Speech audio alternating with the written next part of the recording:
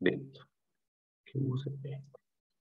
Entonces, nosotros, ¿qué habíamos dicho? Habíamos dicho evaluación de proyecto, y eso es lo más importante, va a ser lo más importante en la prueba 2, digamos, y es lo más importante que uno debiese llevarse de este curso. La empresa debería hacer proyectos con BAN positivo, debería hacer proyectos cuya TIR supere la tasa de descuento si son de inversión o cuya TIR sea inferior a la tasa de descuento si son de financiamiento. Entonces, lo que nosotros hemos dado por supuesto de momento son los flujos de caja del proyecto.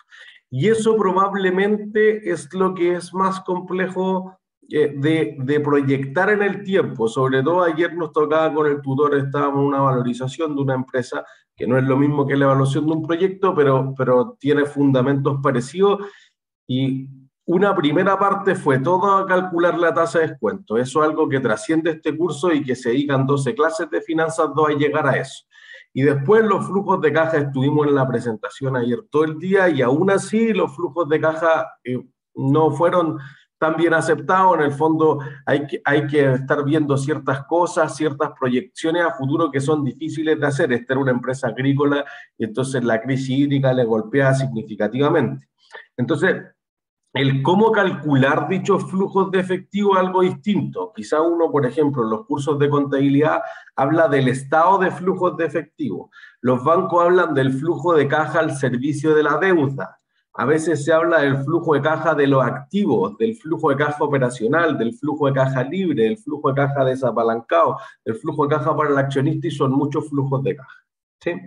Primero definamos que flujo de caja o flujo de efectivo son sinónimos, es como inventario, existencia en mercadería. ¿Sí? Nosotros vamos a tener una estructura general para el flujo de caja que es la siguiente. Esto es lo que vamos a considerar. Entonces, cuando nosotros construyamos el flujo de caja, que insisto, hago hincapié aquí, no sé, rayenlo, subrayenlo en lo que estén tomando apunte, esto es lo más importante para el apurado, esto es lo más importante para el control de ejercicio, etcétera, construir el flujo de caja. Lo que nosotros vamos a partir son con los ingresos afectos a impuestos. Y voy a decir en principio que esto es simple, van a ser las ventas que tenga la empresa. ¿Sí? Voy a decir ventas netas, obviamente.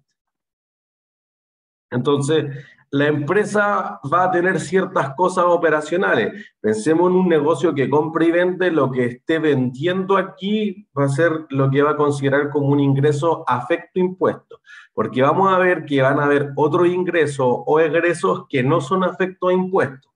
Entonces, nosotros vamos a decir, las ventas es tu principal ingreso, pero podrían ser perfectamente otros ingresos como arriendos,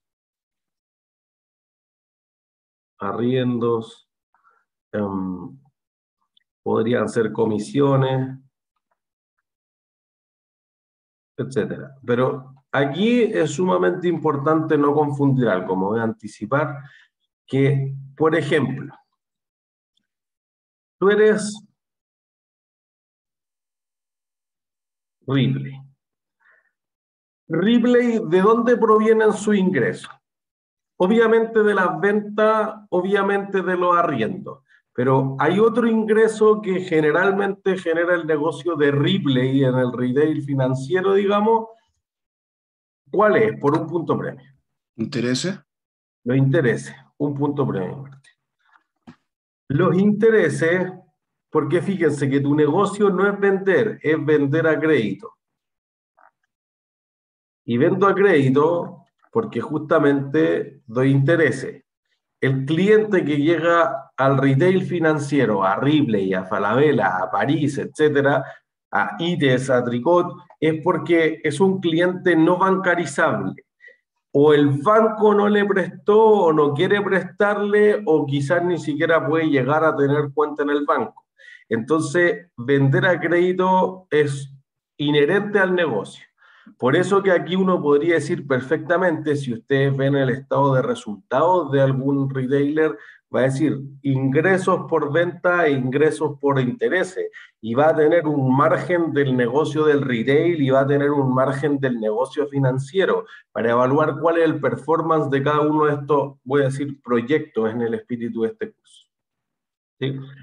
En este caso, entonces, nosotros vamos, bueno, no en este caso, en general en este curso vamos a obviar los intereses, porque fuera de esta empresa, los intereses serían operacionales o financieros para una empresa normal. Financiero, ¿no? Financiero, eso es. Financiero, porque tú podrías decir, oye, pero nadie te obligó a que pidiera un préstamo. Los socios se podrían haber puesto con las lucas. Entonces, lo que nosotros queremos evaluar en el proyecto, y ahí volvamos a lo más básico, y si alguien tiene alguna duda de los criterios de evaluación de proyectos, por favor, hagan la consulta.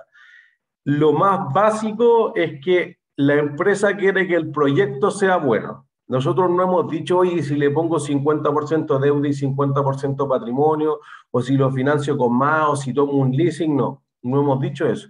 El negocio es bueno, sí. El cómo se financia y el cuánto cuesta financiarlo es otro problema, y es un problema que no está en este curso.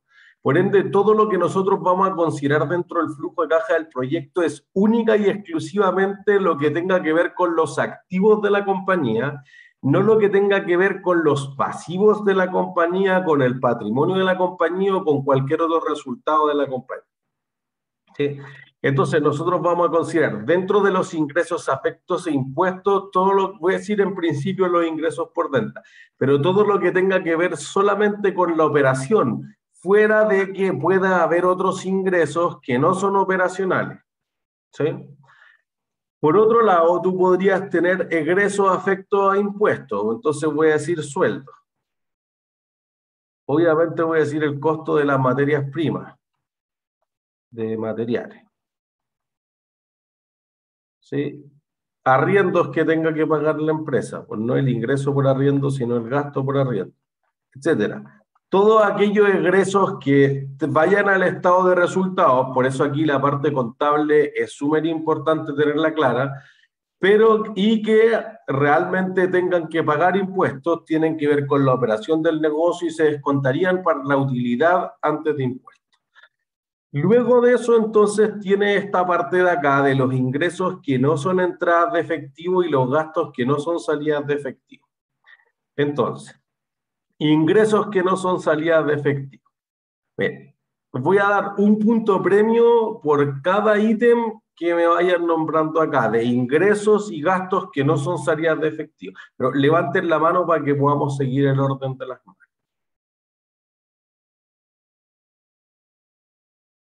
¿Qué ingresos o qué gastos no son salidas de efectivo y aún así se llevan al estado de resultados?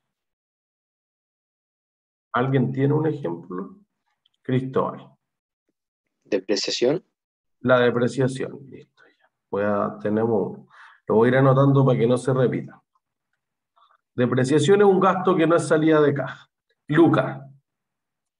¿El cambio de alguna valorización de un activo? Cierto. Voy a decir el ajuste a valor razonable.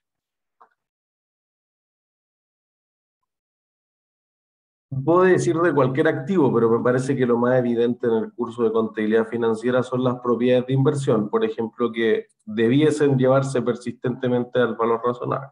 Diego, La plusvalía. Una propiedad. Eso es el ajuste a valor razonable, o sea, que vaya subiendo de valor. Pero es que ahí dijeron que al final ya va subiendo valor por cambio de uso suelo. Pero hay veces que la probabilidad igual sube valor con el mismo como principio de suelo. ¿O no? No entiendo bien cuál sería la diferencia, o sea, el activo sube de valor, independiente de que porque pase más gente por el Ah, ya. mall o porque el suelo sea más caro, sube, al menos el efecto en los flujos de caja es el mismo. Ah, ya, perfecto. ¿Qué otro ejemplo hay? Pérdida por merma, podría ser. Cierto. Pérdida. Voy a decir por deterioro para ocupar el concepto general, pero eso podría ser porque son incobrables, porque hay merma, porque hice una estimación de obsolescencia de los inventarios, podrían ir en esa línea. Matías. Cuando tenemos como fallas normales o fallas normales en la producción de los objetos, ¿no? Es cierto, como que están aplicando, tratando de aplicar el concepto de contabilidad gerencial, pero en realidad si yo fallo y destruyo producto, ¿eso salió de caja o no? Sí, sí sale. Entonces no cuenta en este ítem. Mm.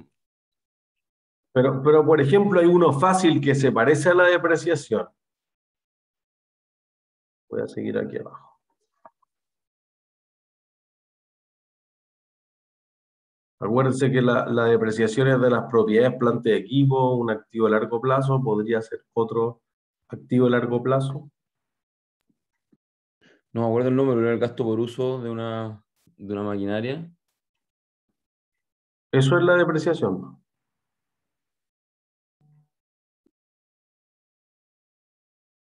¿Esto No también estamos es pensando en ingresos eso. también? ¿Ingresos de qué tipo? No, es que estamos viendo ingresos y gastos, ¿no? Sí, sí, sí, ambos. ¿Podría ser una apreciación ¿De qué? de algún activo que tenga la empresa? Ah, ya, por los ajustes a valor razonable. O sea, no todos van a ser ingresos, obvio. Si, no quiero entrar en la parte contable, pero si alguien revalúa una propiedad planta de equipo, probablemente que vaya a ir a reservas, no vaya a ir a ingresos. Por eso no quiero ir a la parte contable, solamente piensen en algo más básico, algo súper parecido a la depreciación, pero que no sea de las propiedades planta de equipo. La amortización. Amortización, listo, un punto premio. La amortización de los activos intangibles, que es exactamente lo mismo que la apreciación, perdón, que la depreciación de las propiedades planta y equipo. Entonces, eso nos lleva a otra cosa. Nos lleva a que podrían haber activos como los recursos naturales, un pozo petrolero, un yacimiento minero, etcétera, que sufren algo súper parecido a la depreciación o la amortización, pero que no son lo mismo. Tiene otro nombre.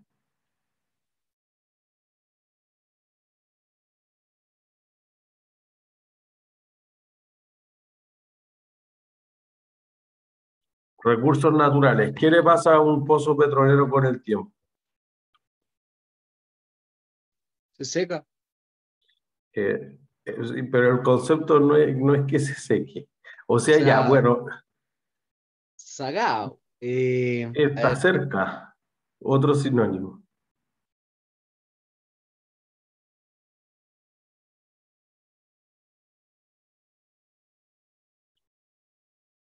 ¿Recurso finito? Sí, pues, pero ¿qué le pasa a los recursos finitos? Pues justamente eso es lo que quiero que digan. se escasean. Cerca. No, pero el se seca o se O se acaba agotan. está muy cerca. Eso es agotamiento. Agotamiento de los recursos naturales. Entonces, pero en el fondo es lo mismo, porque tú dices, oye, yo pagué 100 millones de dólares por un pozo petrolero, y tú dices, oye, ya le queda la mitad, entonces ya vale 50 contablemente. Pero tú cuando pagaste el flujo de caja fue mucho antes que cuando se empezó a consumir el recurso. Entonces, sea la depreciación, sea la amortización del activo intangible, como los pases de los jugadores de fútbol, las licencias, los software, etcétera, o el agotamiento de recursos naturales, sea un bosque virgen que yo no voy a replantar, sea un yacimiento petrolero, sea una faena minera, etcétera, se van agotando hasta que no valgan nada. Entonces, fíjense que hay una razón del por qué llevar esos gastos que en realidad no están saliendo de tu bolsillo. Piensen que sus dispositivos donde estén viendo la clase y mi computador se están depreciando en este momento, pero nosotros no hemos desembolsado nada para este proyecto, voy a decir. ¿Se entiende? Entonces, por eso lo consideramos como un ítem de ingresos no embolsados y gastos no desembolsables. Son entradas, o perdón, son ingresos que no son entradas de caja o son gastos que no son salidas de caja. Pero fui a pensar en los grandes ítems. ¿Por qué la depreciación se llevará al estado de resultado?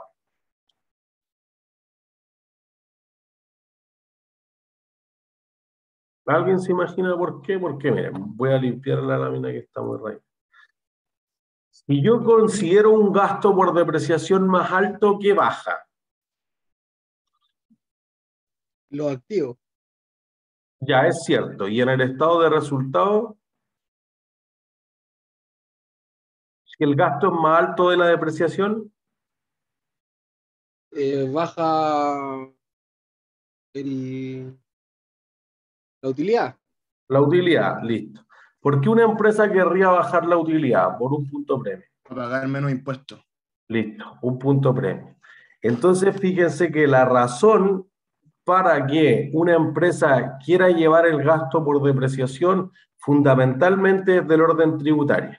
Yo sé que la universidad tiene solamente un electivo tributario muy bueno con el profesor Carrasco, ojalá puedan tomarlo, que no es nuestro enfoque, pero eso existe en la empresa. La empresa está muy enfocada en tratar de minimizar la carga tributaria, de hacer lo que no sea ilegal para pagar impuestos, que sería evasión, sino que sea elusión, la forma legal de pagar menos impuestos. Y una forma es justamente depreciar. Entonces, por ejemplo, cada vez que se hace una reforma tributaria, el 2010, para el terremoto, que se subieron el impuesto a la utilidad del 17 al 20%.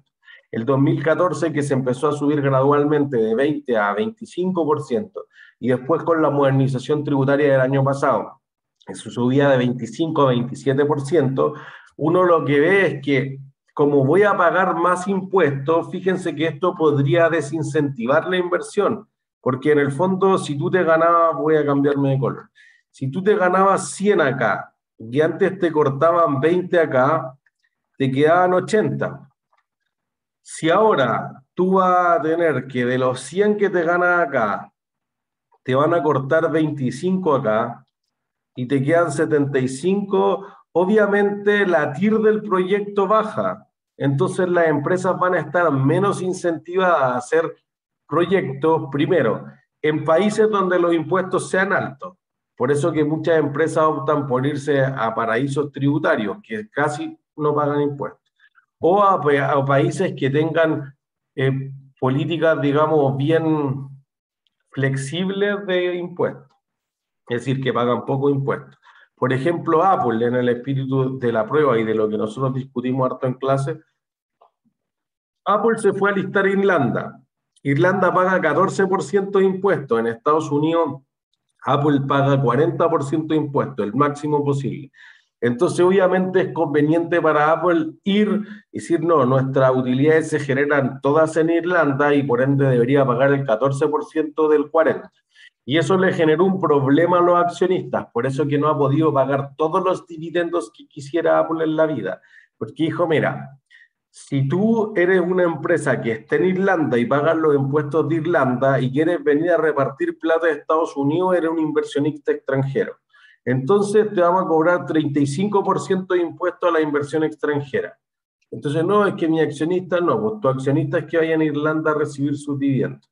Entonces, el ahorrarse esta diferencia entre el 40 y el 14% para pagar menos impuestos ha redundado en que cuando tienen que repartir dividendos no puedan repartir todos los dividendos que quisieran, justamente porque si no les van a terminar cobrando más impuestos.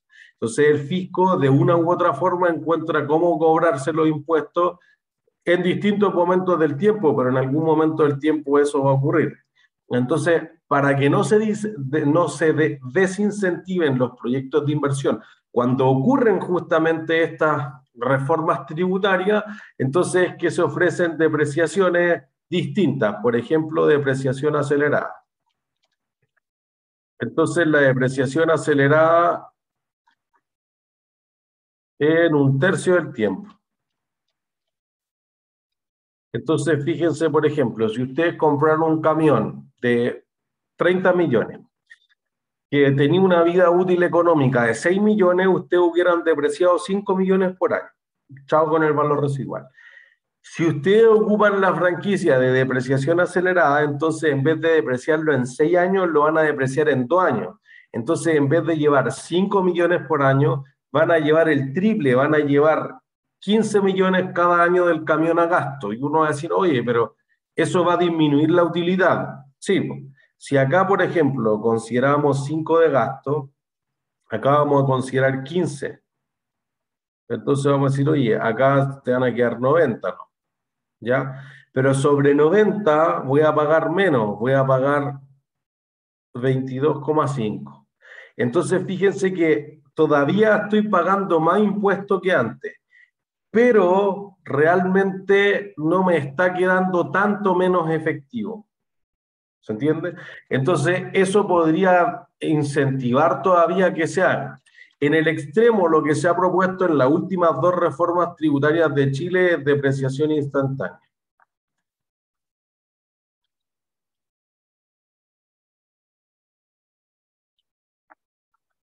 Eso quiere decir que si usted compra un camión, páselo por gasto al tiro, como si no existiera el activo.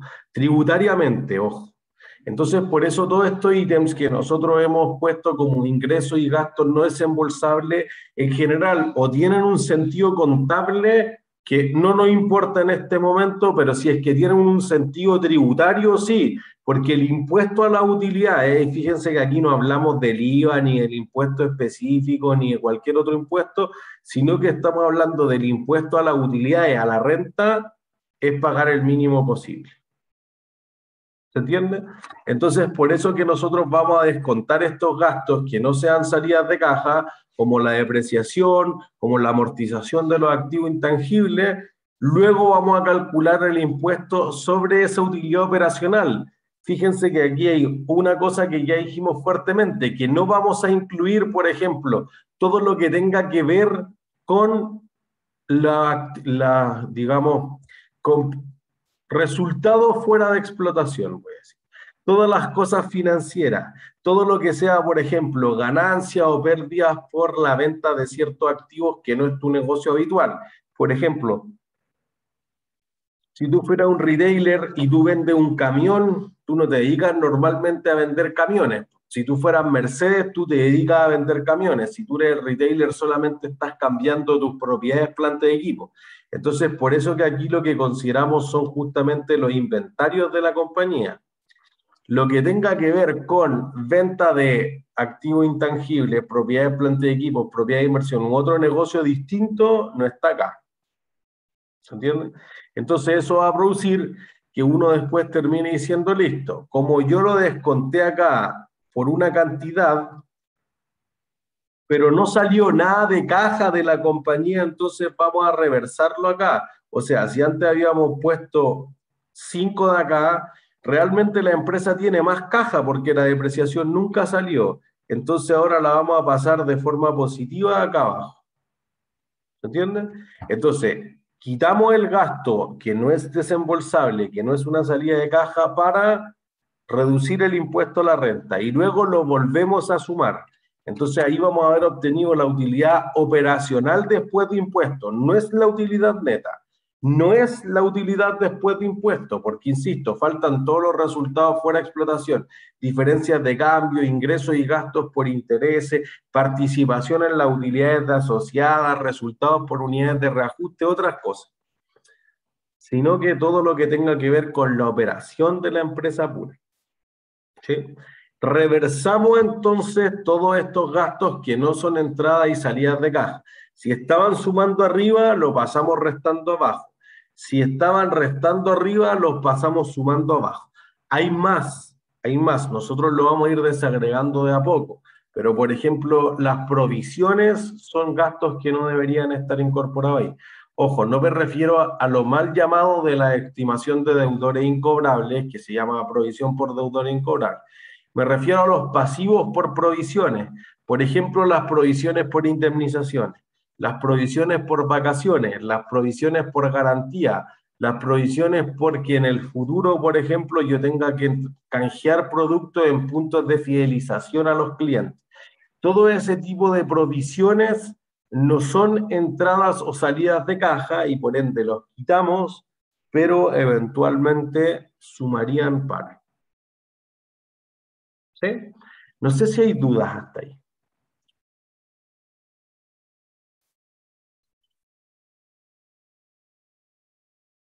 ¿No? Perfecto. Entonces, después vamos a tener aquí ingresos que no sean afectos a impuestos. Por ejemplo, si tú llegaras al final de un proyecto ustedes se ganaron una licitación, digamos. Una licitación de cualquier cosa, ¿ya? Digamos una licitación de un kiosco en la universidad. 5 años. Al final de 5 años, ustedes saben que ya no van a poder seguir operando. Entonces, ¿qué harían con todas las máquinas que tengan?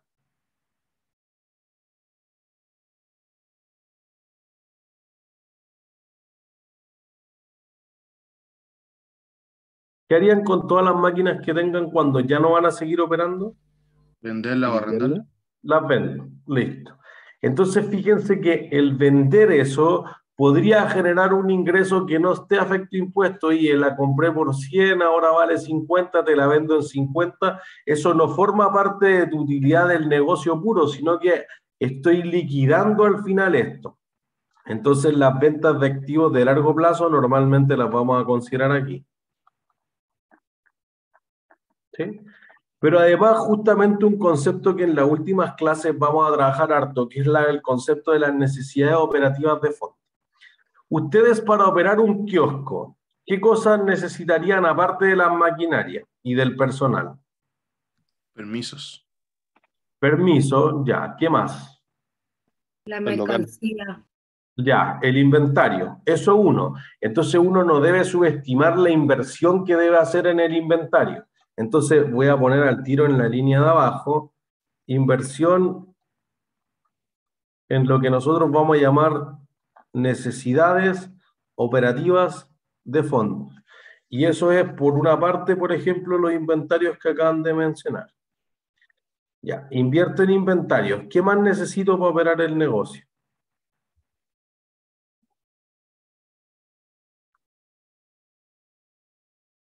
El local. Ya es local, pero el local es concesionado, pues lo entregó la universidad.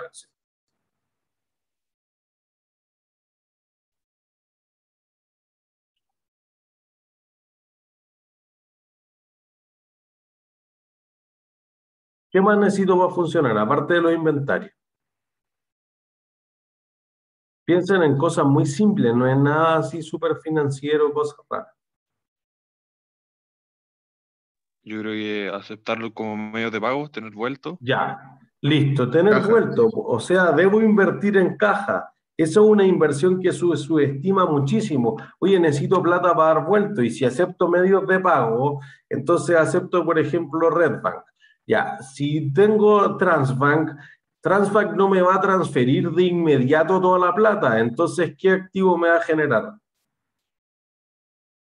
Cuentas por cobrar. Una cuenta por cobrar. Esa es la inversión en activos de corto plazo. Entonces, las necesidades operativas de fondo, fíjense, me voy a cambiar a la pizarra más grande para tener como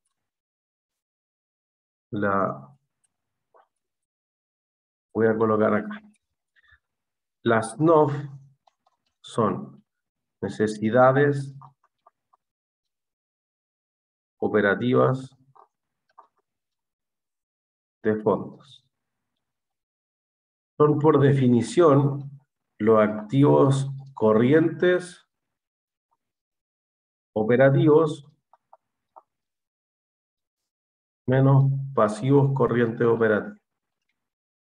Mientras antes lo sepan mejor, porque el último control de lectura es solamente de esto y es súper simple. Entonces, si lo dominan ahora, van a ser excelentes los resultados en ese control. Entonces, fíjense que dentro de esto está todo lo que ustedes decían. Necesito caja pura, listo. Necesito inventarios. Necesito cuentas por cobrar.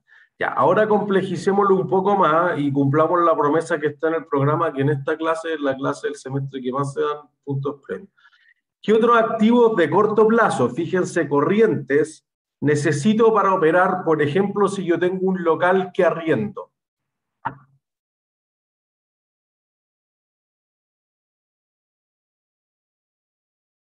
Va a haber otro activo. ¿Qué otro activo? Por un punto breve. Personal de administración. No, ese no es un activo de la compañía. La red compra. No, ese tampoco es un activo de la compañía. Pero ojo, wait, que tienen que ser corrientes, pues si la máquina fuera de la empresa, pero no la compra, la arrienda, ojo. pero si la comprara, le dura varios años, pues no le dura menos de un año. ¿El contrato de arriendo? Cerca de eso, pero tiene que ser de corto plazo, porque el contrato de arriendo me suena que es de largo plazo. Porque si es de corto plazo, no un activo de la empresa. Pero está súper cerca de eso, Bruno. Puede ser quizá una cláusula. Pero ¿cómo eso sería un activo?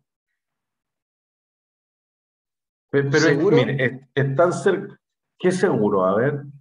El, o sea, el seguro contra incendio, quizás, antirrobo. El local. Pero ¿el seguro es un activo de la empresa o es un gasto? Creo que era un activo, ¿no? Se veía como activo. No sé, po. ¿Tiene potencial de generar beneficios?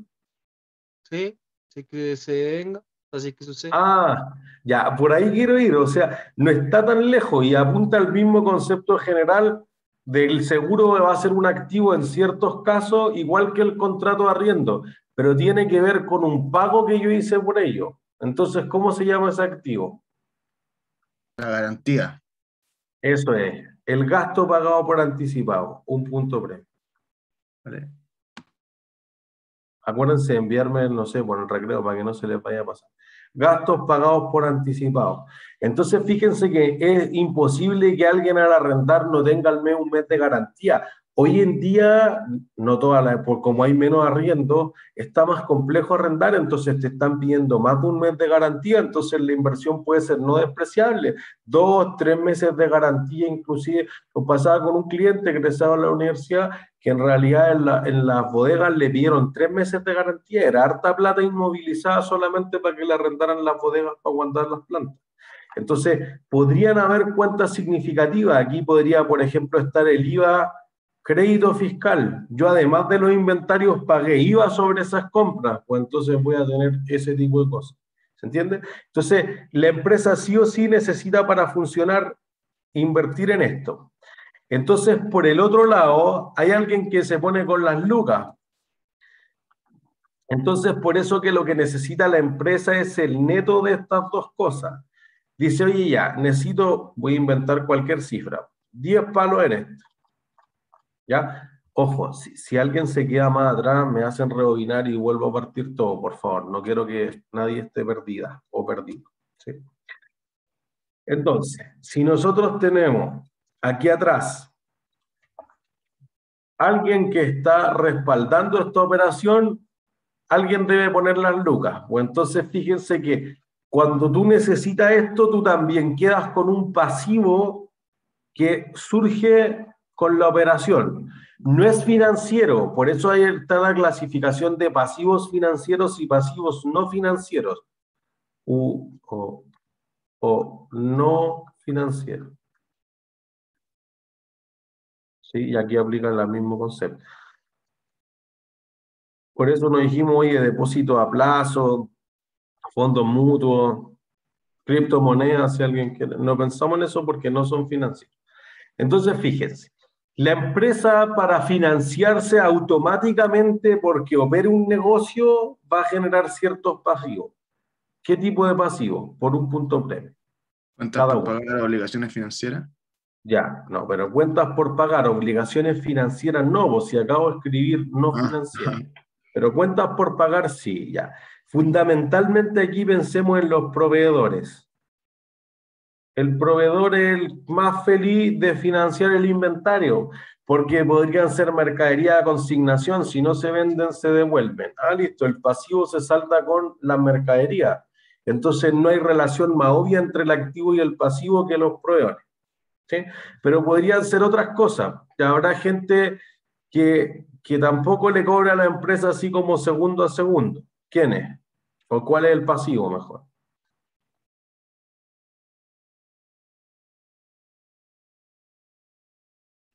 Los acreedores.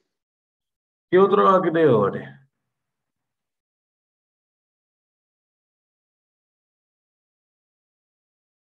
Es cierto, pero todos podrían ser acreedores de la empresa. Quiero saber cómo se llama ese pasivo en particular. ¿Capital? No. El capital es el patrimonio de la empresa.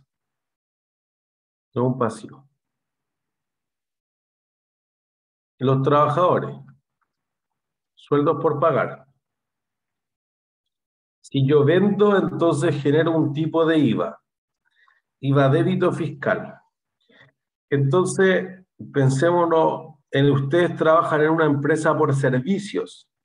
Si ustedes hacen servicios de ingeniería o de pedidos justamente customizados a la medida del cliente, entonces para iniciar cualquier pedido, ¿qué le van a pedir?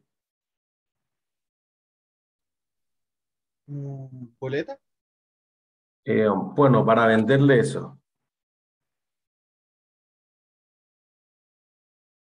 Pero imagínense que ustedes tienen una metal mecánica, voy a pensar, ustedes hacen cualquier estructura de metal que ustedes se imaginen. Y yo voy y les pido ya, quiero hacer una estantería de 50 por 20, no sé qué cosa, y que tenga estas especificaciones técnicas y que bajen unas bandejas y no sé qué cosa ya. Sale 3 millones, pero ustedes para empezar a trabajar necesitan algo de mí. ¿Qué necesitan? Un pago anticipado. Eso, un ingreso recibo por anticipado, un punto premio. Ingresos recibidos por anticipado. Anticipos de clientes si quieren llamarlo, por eso que al otro lado podrían encontrar perfectamente que sean anticipos a proveedores o anticipos a trabajadores también. ¿Sí? Entonces generalmente uno dice ya, pues si tú tenías a un lado 10 millones y al otro lado tú tenías, voy a decir, 7 millones, entonces ¿cuántas lucas faltan de la empresa para que pueda operar?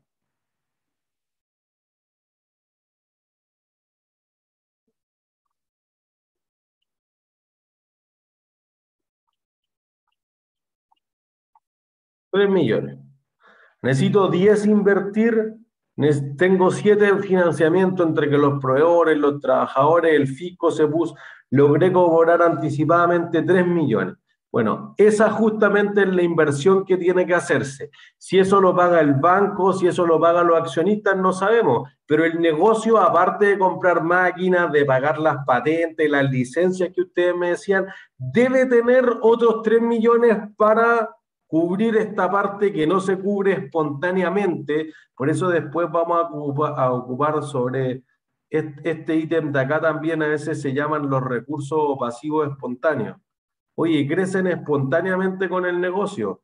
Si tú tienes un local y ahora abres un segundo, el proveedor te va a dar más crédito porque le estás comprando más. Entonces, espontáneamente crece con el negocio. Voy a contratar a más gente, entonces va a tener de nuevo más remuneraciones por pagar. Va a vender más, por ende va a tener el IVA débito fiscal que lo va a pagar el 20 del siguiente mes. Por lo tanto, le va a financiar, por ejemplo, los sueldos por 20 días. Entonces, eso va a hacer una diferencia significativa y por eso que como crecen espontáneamente con las ventas, a veces se habla de pasivo espontáneo. Necesito 10, tengo 7, te faltan 3. Insisto, ¿quién paga eso? Ni idea, no es problema para este curso. ¿Sí? Entonces, esa inversión, tú dices ya, último año del proyecto, ya no vamos a seguir operando. ¿Necesito esa plata?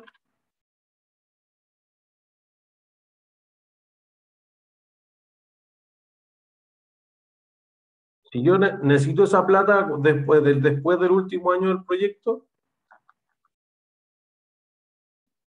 ¿sí o no? ¿Puede repetirlo, por favor? ¿Necesito la plata que esté invertida en las NOF después del último año del proyecto? Sí.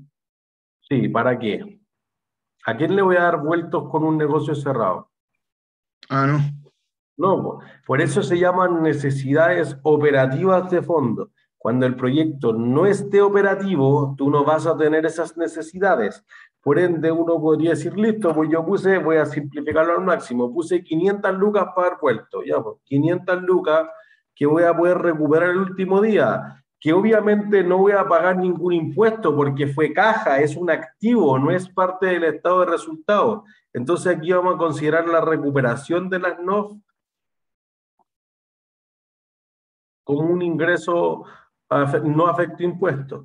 Por ende, acá los egresos no afecto impuestos van a ser, obviamente, las inversiones en activos de largo plazo.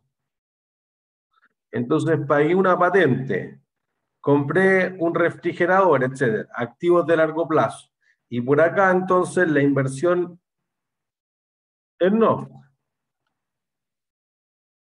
¿Se entiende? Esos 3 millones que dijimos que faltaban en una salida, pues, y después a futuro, listo, como vamos a cerrar, liquidamos los inventarios, cobramos todas las cuentas por cobrar, y se caja con 3 millones y chao, pues libre de impuestos. ¿Se entiende?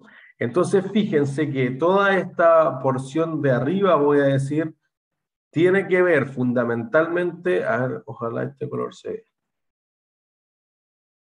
Hasta ahí tiene que ver con un estado financiero. Por eso que aquí creo que no es que reste no saberlo, pero suma muchísimo saber del promedio para arriba en contabilidad. Toda esta parte de acá tiene que ver con el estado de resultados de la empresa. Toda esta porción de acá tiene que ver con el estado de situación financiera de la empresa. Fíjense que aquí nos referimos solamente a activos y pasivos de la compañía, en cambio en la parte de arriba nos referíamos solamente a ingresos y gastos de la compañía. Tener súper clara esa separación les va a sumar mucho a que sea más fácil preparar y proyectar sobre todo los flujos de caja de la empresa. ¿Sí?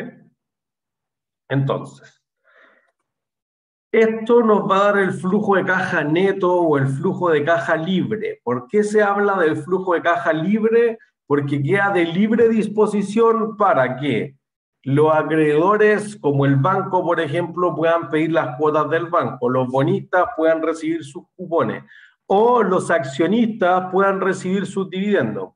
Entonces queda de libre disposición para la empresa, que además eventualmente queda libre para reinvertir en otro proyecto de la empresa. Por eso fíjense que cuando nosotros hablamos de acciones, dijimos, oye, la acción podría valer el valor presente de los dividendos. ¿De qué depende de que pague dividendo o no? ¿De cuánto retenga en utilidades? Pues, ¿y por qué retendría utilidades? Retendría única y exclusivamente, voy a decir, porque lo que retiene es más rentable dentro de la empresa que fuera de la empresa. Y por eso nosotros estuvimos muy concentrados en la discusión de si la tasa de descuento es más alta, entonces la empresa probablemente pague más dividendos, porque afuera la plata es más rentable para los accionistas. Si en realidad la TIR de los proyectos, y ese concepto no lo usamos en la clase, pero lo desarrollamos la semana siguiente, si la rentabilidad de los proyectos es más alta, entonces la empresa va a dejar la plata dentro. Entonces, por eso nosotros dijimos, mira, hay empresas que nunca han pagado un solo dividendo. Netflix, Amazon, Google, etc. Y entonces, ¿por qué? Porque dentro de la empresa son demasiado rentables las utilidades. Entonces prefieren retener el 100% de sus utilidades. Por el contrario, si son poco rentables dentro de la empresa y le cuesta mucho no recibir a sus accionistas, por ejemplo, en el caso de las vacas de efectivo, pues pagan en el fondo dividendo al 100%, entonces justamente eso es lo que vamos a tener es que fuera de la empresa es más rentable, págalo todo como dividendo. ¿Cuánto quiere pagar la empresa en dividendo? Da lo mismo para el flujo de caja del proyecto. Al proyecto lo que le importa es justamente que la empresa solamente tenga flujos de caja operativos relacionados con el activo. O sea, si ustedes quieren imaginarse el balance, por ejemplo, voy a tratar de dibujarlo aquí. Si ustedes quieren imaginarse el balance de la empresa, dicen aquí están los activos, aquí están los pasivos y aquí está el patrimonio, entonces lo que nosotros estamos viendo es esto. Voy a tomar esta. Ahí sí. El flujo de caja que genere el activo. Si este va a parar acá o si este va a parar acá, da lo mismo. El flujo de caja libre que te genera el activo de la compañía. ¿Sí? ¿Es claro hasta ahí? ¿Dudas? ¿Alguien que se haya quedado quizá en un ítem bastante más atrás? ¿No? Perfecto. Vamos al break entonces y volvemos a las 10.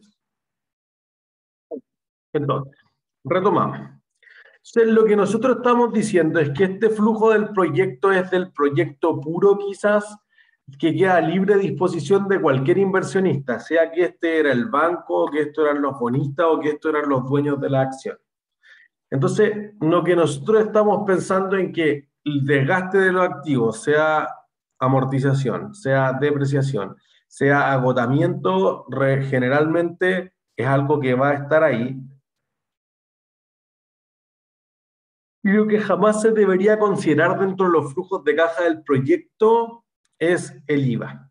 Por eso que como nosotros estamos considerando hasta la utilidad operacional después de impuestos, decíamos hacia arriba el estado de resultados, hacia abajo el balance. Nunca deben incluir el IVA dentro de esto, ¿sí? Por si acaso. Entonces ahí ya tenemos resuelta, digamos, una primera parte. Después entonces déjenme pasar a la siguiente. Aquí le embarré láminas.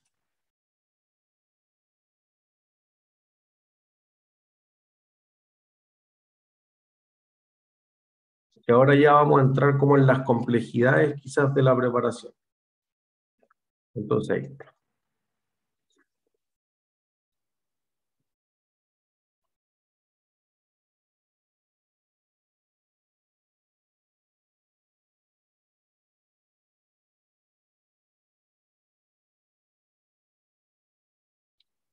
Ahí.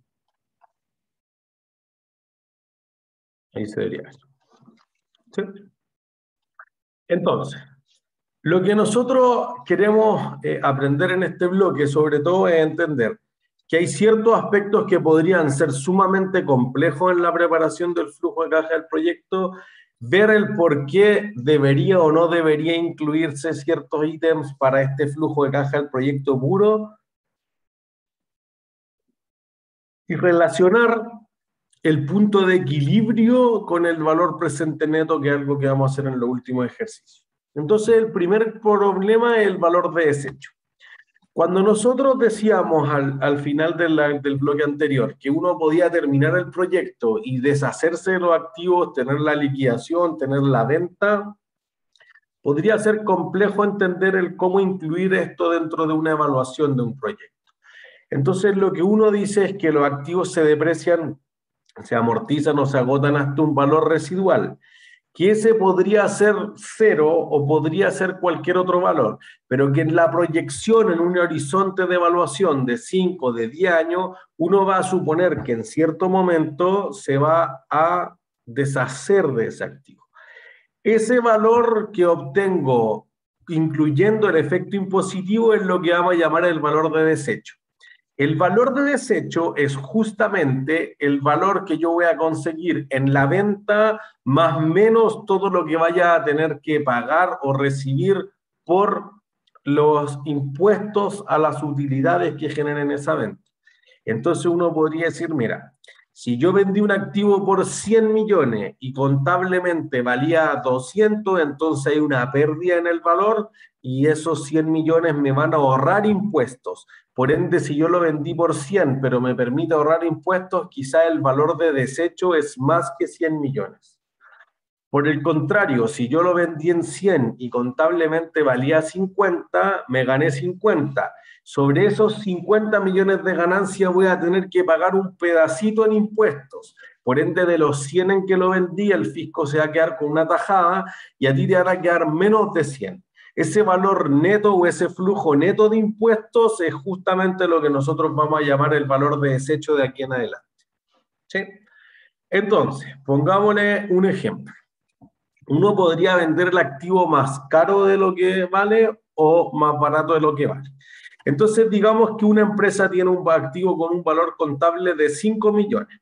Paga impuestos del 20% y el activo se puede vender por 10 millones o por 3 millones. Entonces, podrían darse dos situaciones. Si tú lo vendes por 10, en este caso de acá, ¿cuánto me gano?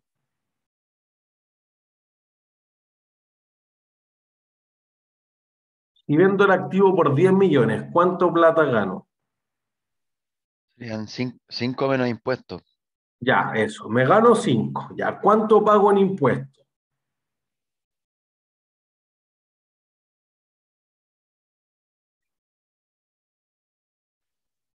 ¿El 19% del 5 ganado? No, el 20, ojo acá. El 19 el IVA. Jamás incluir el IVA. Aquí estamos considerando el impuesto a la renta. Entonces, ¿cuánto pago de impuestos? 20%. Sí. ¿Cuánto es el 20%? El 20% de los 5 millones, ¿o no? Eso, ¿cuánto es eso? Uno, ¿no? 1 millón. Muy bien. Listo. Entonces, ¿cuánto va a ser el valor de desecho del activo si lo vendo por 10?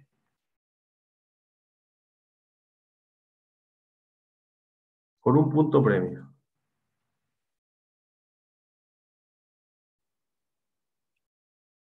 ¿2? No. ¿Menos 4 millones? ¿Cómo menos 4? ¿Yo le pago a alguien para que se lleve el activo? Entonces, ¿4 millones? No. Más que 9. eso. 9. Un punto premio. 9 millones. Yo lo vendí por 10, el fisco cortó 1, me quedé con 9. Si lo vendo por 3, ¿cuál es el valor de desecho?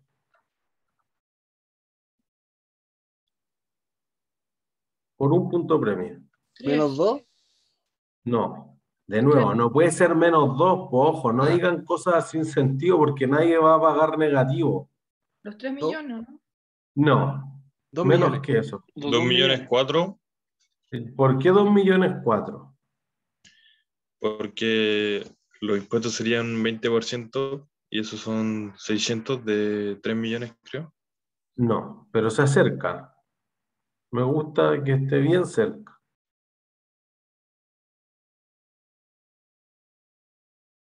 Todavía hay un punto premio en la mesa.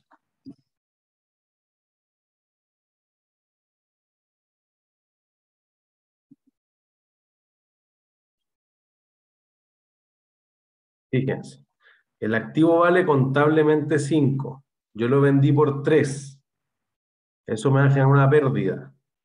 Esa pérdida me va a generar un ingreso por impuestos del 20% y me va a dejar algo en el neto. ¿Cuánto?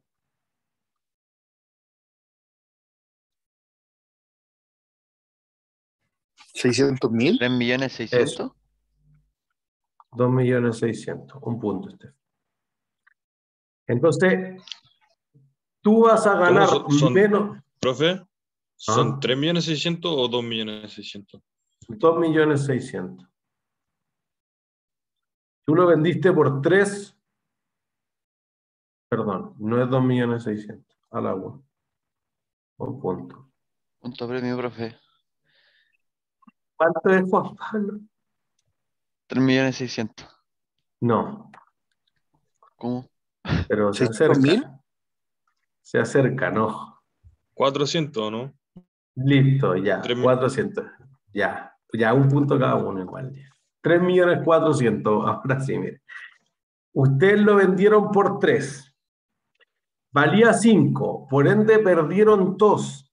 Contrario a lo que uno hace en contabilidad, si en realidad tú pierdes plata, pagas 0 impuestos, pero el 20% de algo negativo te da negativo con negativo positivo.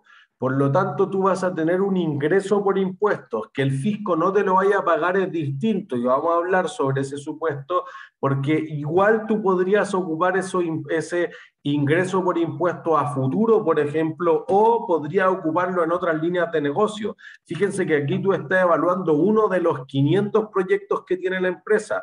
Por ende, si yo pierdo plata en una línea de negocios contablemente, aunque el proyecto pueda ser bueno, tú quizás puedes sacarlo de los impuestos de las otras líneas de negocio existentes. Por ende, eso podría ser potencialmente bien positivo para la operación de la compañía. Por eso que el efecto tributario no es menor. ¿Se entiende? Entonces, lo que uno considera ahí es fundamentalmente que si tú lo vendiste por 3, perdiste 2, entonces el fisco se pone con 400 lucas. Por ende, si tú lo vendiste en 3, y el fisco se pone con 400, en el neto te van a quedar 3.400.000.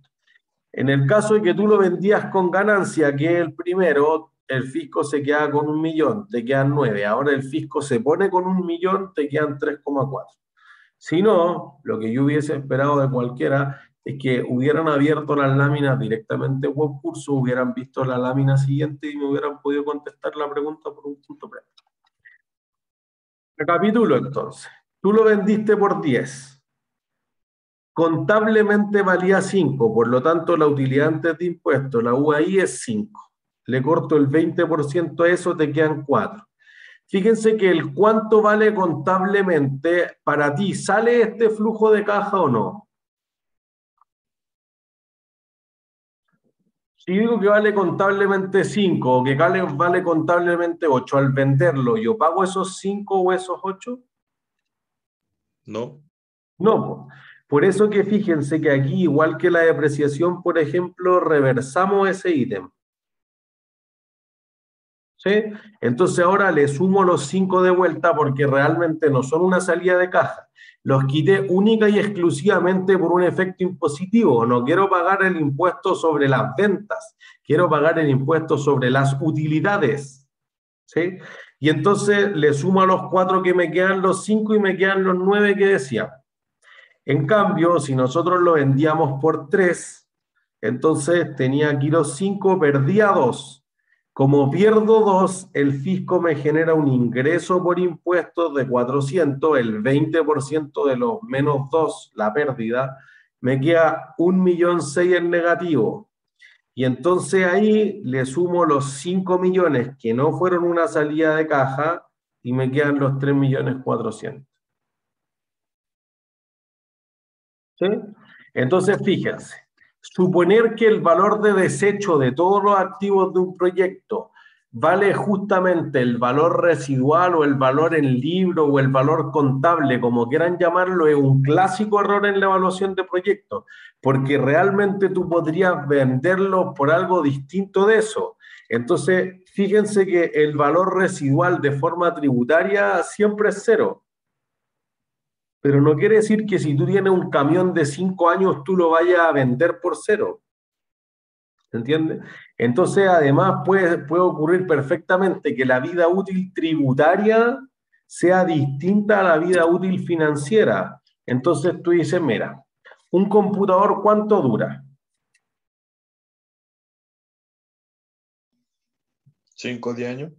5 años, ya. No para un arquitecto. Un arquitecto le dura 2 años y creo que quizá exagero. Lo ponen a renderizar y lo funden. Entonces los diseñadores gráficos, los arquitectos tienen otra vida útil. Impuestos internos, por ejemplo, dice, oye, una camioneta dura 7 años. Ya, pero nadie diría que un auto con 7 años de uso vale 0. Algo vale, como chatarra por último. Entonces, posiblemente vaya a ocurrir que en algunos casos, por ejemplo, si tú lo ocuparas 7 años y lo vendes a los 7 años en cualquier cosa, tú vas a decir, oye, el valor contable era 0. Entonces me gané algo. Si yo me gané algo, que es el caso que está aquí en la columna de la izquierda, entonces el valor de desecho va a ser más bajo que el precio de venta, porque un pedacito de eso, una colita, digamos, te la va a cortar impuesto interno. Por el otro lado, si tú vas al caso en que yo vendo por debajo, por ejemplo, porque tú lo habías depreciado 2 años de 5, un computador, y realmente se fundió, entonces digo, oye, vale 0, ya, pues. Pero contablemente valía algo, por ende voy a perder plata y lo que me va a generar es justamente un flujo de caja positivo por los impuestos. Esto no es obvio, esto no es algo que diría que esto es lo más complejo que cuesta entender, o sea, no me ha tocado a mí discutir en los cursos ejecutivos esto significativamente, entonces, para que lo tengan claro, aquí tenemos el gasto por impuesto y aquí tenemos el ingreso por impuesto. Existe contablemente. Lo que pasa es que, fíjense, quizá alguien, y en esta parte es cuando la contabilidad algo puede contribuir. Alguien podría decir perfectamente, mira, si yo tengo el gasto por impuesto, contablemente lo que pasaría es esto. Gasto por impuesto por 1 millón. ¿Contra qué?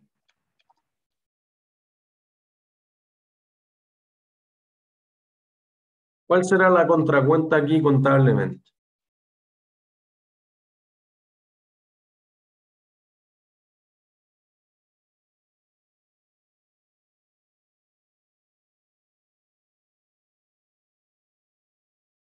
¿Cuál es la contracuenta del gasto por impuesto?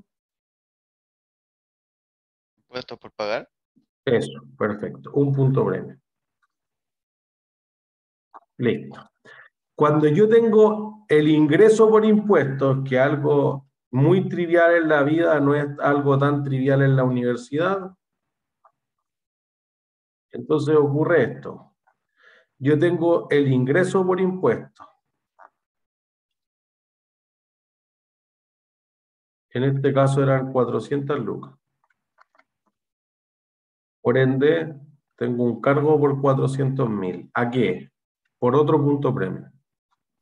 Caja. No.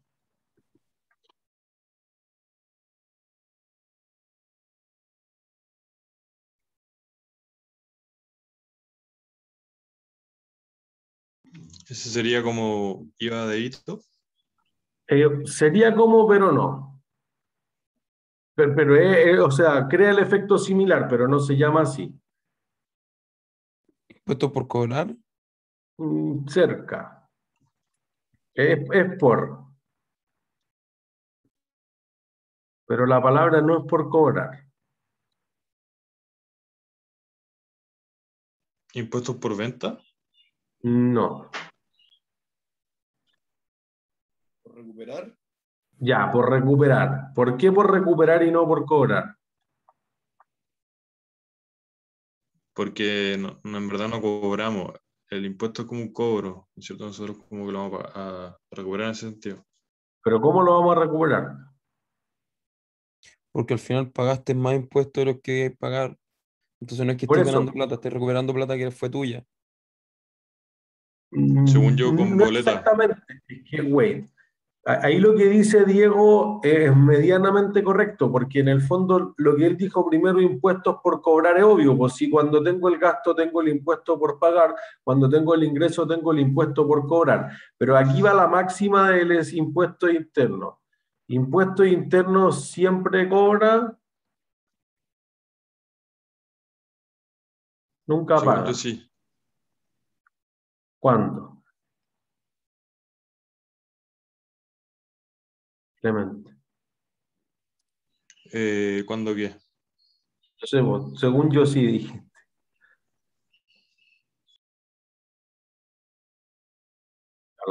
Entonces, impuesto interno generalmente dice, oye, si tú me debes impuestos tienes que pagarme. ¿Cuándo tengo que pagarle impuesto interno? Cuando hago una venta, por ejemplo. Ya, pero ojo, es que eso es el IVA, ya. Si es el IVA, tengo que pagar el 20 de cada mes, listo. Si son los impuestos a las ganancias, a las utilidades o a la renta, ¿en qué momento del año tengo que pagar? En abril. En abril, listo. Ahí es la declaración de renta, listo. Y él dice, perdiste plata, listo, yo te voy a dar este ingreso y lo puedes recuperar. ¿Cómo lo puedes recuperar?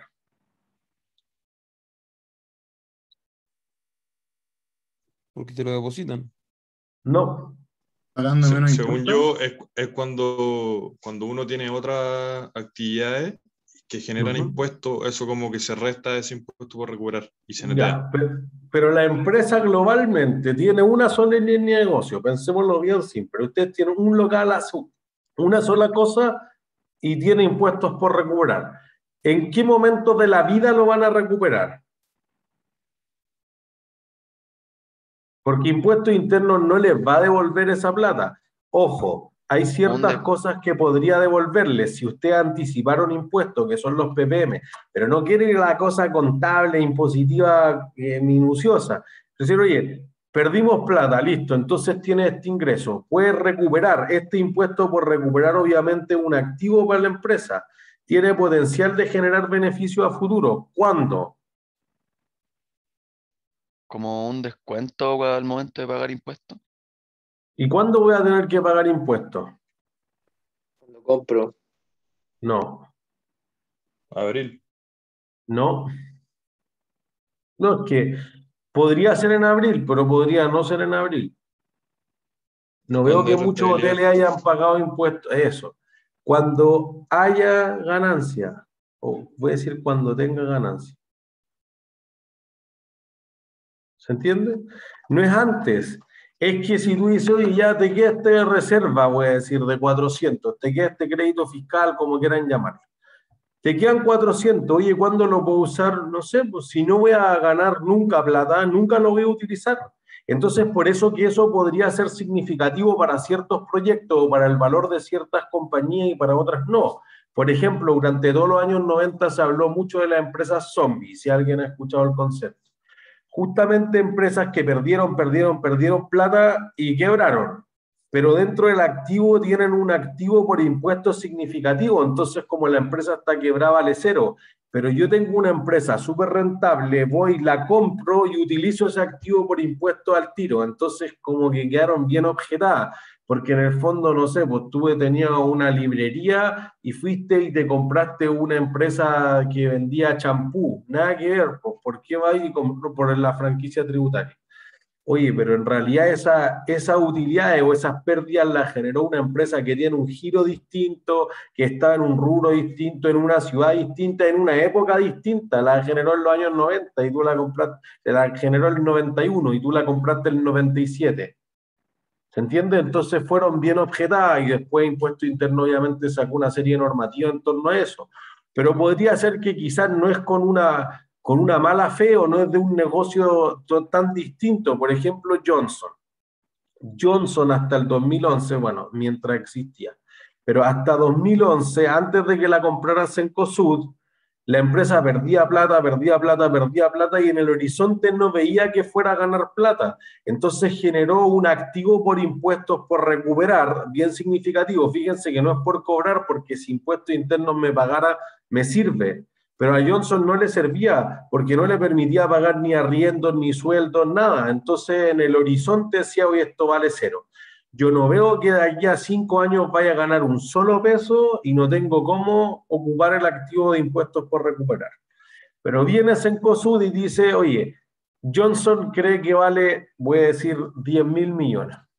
Pero tiene un activo por impuestos de otros 10.000 millones que para ellos vale cero, pero que para Cencosud vale los 10.000 millones, porque Cencosud sí era una compañía que tenía muchos impuestos y participa en el mismo sector económico, en el retail. No es como que fue a comprar cualquier otra cosa. Entonces tú dices, oye, el valor para Cencosud es 20.000, por ejemplo. Bueno, encontrémonos quizás a la mitad y todos ganamos. ¿Se entiende? Entonces podría ser que este activo de impuestos por recuperar tenga algún valor económico, digamos, en valor presente te vaya a ahorrar impuestos para un lado y para otro no, pues depende de la situación tributaria de cada uno. ¿Se entiende? Entonces, por eso que uno tiende a subestimar, y a mí me ha pasado muchas discusiones en la práctica, oye, ¿ha perdido plata la empresa? Listo. Cero. No es cero. El flujo de caja, si esto fuera lo único que existe, es cero. Pero fíjense que nosotros aquí estamos haciendo la venta. El último año de la empresa, de una empresa que además opera. Entonces, el que tú pierdas en la venta de una máquina o en la venta de un camión, por ejemplo, que tú dones los activos. Cuando las empresas se cambian de oficina, generalmente donan los computadores, donan los escritorios, las impresoras, etcétera. Oye, si tú los donas, no te genera cero. La mayor razón para donar plata en Chile, ¿cuál es?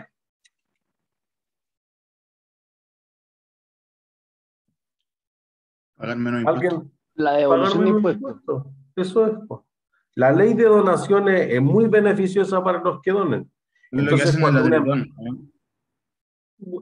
Bueno, no me gustaría manchar la Teletón así, pero diría que todos los que donan plata les van a emitir un certificado de donaciones, sea en la Teletón o sea en cualquier otra institución, y ese certificado tiene una serie de franquicias tributarias. Entonces, eso sale, si tú tenías un pozo para impuestos, sale del pozo para impuestos. Entonces, el fisco indirectamente se pone, digamos, con algo así como la mitad de todas las donaciones. sea que sea en la Teletón, o sea que tú deposites cualquier cosa mensualmente a Coaniquem o cualquier otra institución sin fines de lucro, digamos. ¿Sí? Entonces, ahí uno dice, oye, si eso es generalizado en todo el mundo para incentivar las donaciones, se entregan beneficios tributarios, etcétera, ya. Entonces, por eso que las empresas cuando terminan la vida útil de los activos dicen, regalemos los activos, bueno, pero eso tiene un beneficio tributario. Ese flujo de caja que tú ibas a destinar a pagar impuestos, no se va a destinar a los impuestos. Se puede destinar a pagar dividendos, a pagarlo a los bancos, a pagar a los bonistas o a reinvertir en otros proyectos. Por eso, de nuevo, te deja libre más caja. Ese es el concepto del flujo de caja libre. ¿Se entiende? Entonces, eso hace una diferencia significativa a la hora de tener que considerar que si tú tuvieses que vender los activos, los vendes por un precio, pero el precio de venta no es el flujo de caja libre para la empresa. ¿Sí? ¿Es claro para todos y todas?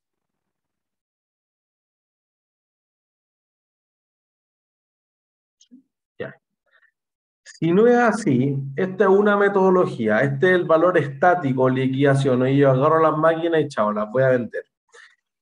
Si en realidad tú no haces eso, si tú, por ejemplo, evalúas una carretera, a mí me tocó evaluar una concesión de un terminal de buses en Calama, 30 años. ¿Ustedes proyectarían flujos de caja a 30 años?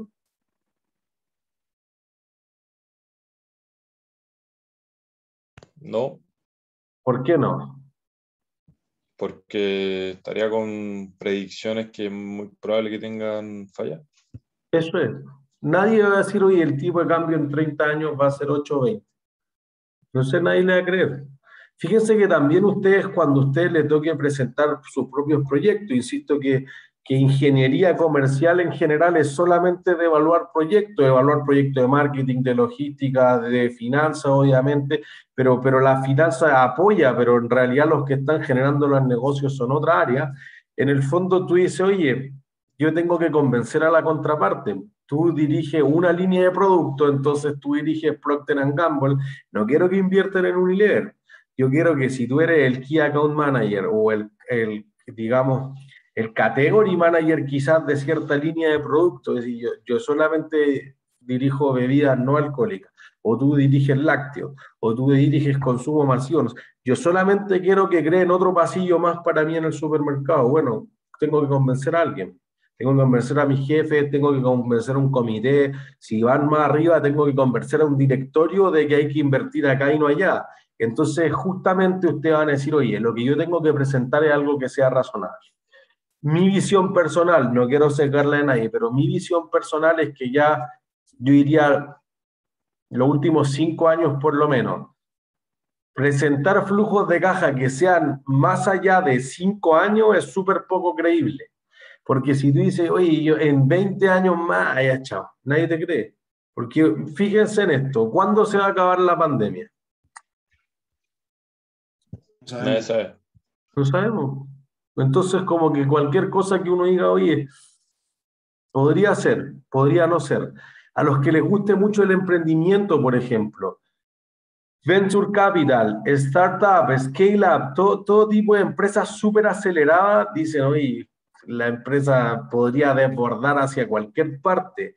Lo que más vale son las opciones reales, además, que discutíamos. Oye, el que yo pueda detener el producto, el que yo pueda hacer otra cosa. Por ejemplo, miren, justo después de la clase se me ocurrió otro ejemplo de la opción real. Tú tienes un proyecto, tú grabas una teleserie.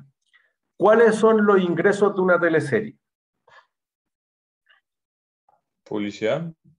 La publicidad, ya. Entonces, la publicidad que se ve en la franja horaria donde se da la teleserie. ¿Pero podría pasarle otra cosa a la teleserie? ¿Podría generar otro ingreso? Sí. ¿Qué cosa? No sé, estoy inventando, pero estos programas que la gente gana plata, como que adivinan palabra, pasa palabra, creo. De repente Ya. te pueden ganar por entrada o por premio. Tal cual. Por... Listo. Merchandising. Merchandising podría ser, pero seguro que podría hacer, y eso en Estados Unidos es muy típico lo que dice Clemente, oye, yo puedo hacer los estudios cerrados, pero puedo hacer los estudios abiertos. Es distinto cuando uno escucha en los sitcoms, sobre todo uno escucha la risa en vivo y en directo. ¿Se entiende? Entonces eso podría ser una diferencia significativa. Oye, puedo generar otra fuente de ingresos. Ahora piensen más en el largo plazo. Tú tienes una teleserie que no sabes si va a ser un éxito, pero la rompe. ¿Qué debiera pasar a futuro? En especial en pandemia. ¿Hay una secuela? Podría haber una secuela perfectamente. Oye, Machos, que ahora la están repitiendo. Oye, la empecé a tirar hasta Machos Gol. Oye, la podrían repetir, la podrían grabar en otro país, entonces te van a comprar los derechos, entonces tú hiciste Rebelde Way, después hiciste Rebelde, o podría ser Betty la Fea, la teleserie más exitosa de todos los tiempos, entonces la pasaron a 89 idiomas, ¿se entiende? O tú podrías volver a pasarla, entonces, no sé, Isla Paraíso, oye, la vuelvo a pasar porque fue muy exitosa, oye, pero si fue hace 2 años, no estoy tirando una teleserie de hace 20 años, es de hace 2 años. Sí, es que mira, ya, chao. Fíjense que inclusive si no eso trae nuevos ingresos para la empresa, al menos le ahorra costos, pues ya no tengo que pagarle a los actores que no pueden grabar por lo demás dentro de la pandemia. Entonces justamente hay algunos flujos de caja que son difíciles de ver. Esa es la opción real. La opción real de que surja algo que tú no contemplaste en la originalidad, digamos, de la proyección de los flujos de caja. Por eso es que si uno dijera, oye, ya la teleserie dura 1 año, pero los flujos de caja los puede generar por 20 años, por 30, por 50, ¿se entiende? Oye, es que yo le voy a vender los derechos, no sé, a Netflix, de Pasión de Gavilanes, y la rompen Netflix. Oye, ¿quién hubiera dicho eso? Sí, es que antes no la veía todo en línea, ahora todos pueden ver todos los capítulos y frenarla, etcétera. Oye, no. Es difícil, esa es la realidad con que uno le toca vivir. Oye, es difícil que alguien haya proyectado eso, pues nadie se imagina eso. ¿Se entiende? Entonces, oye, yo podría arrendársela a los aviones para que las pongan ahí en los televisores de los aviones. O a las empresas de buses, no sé.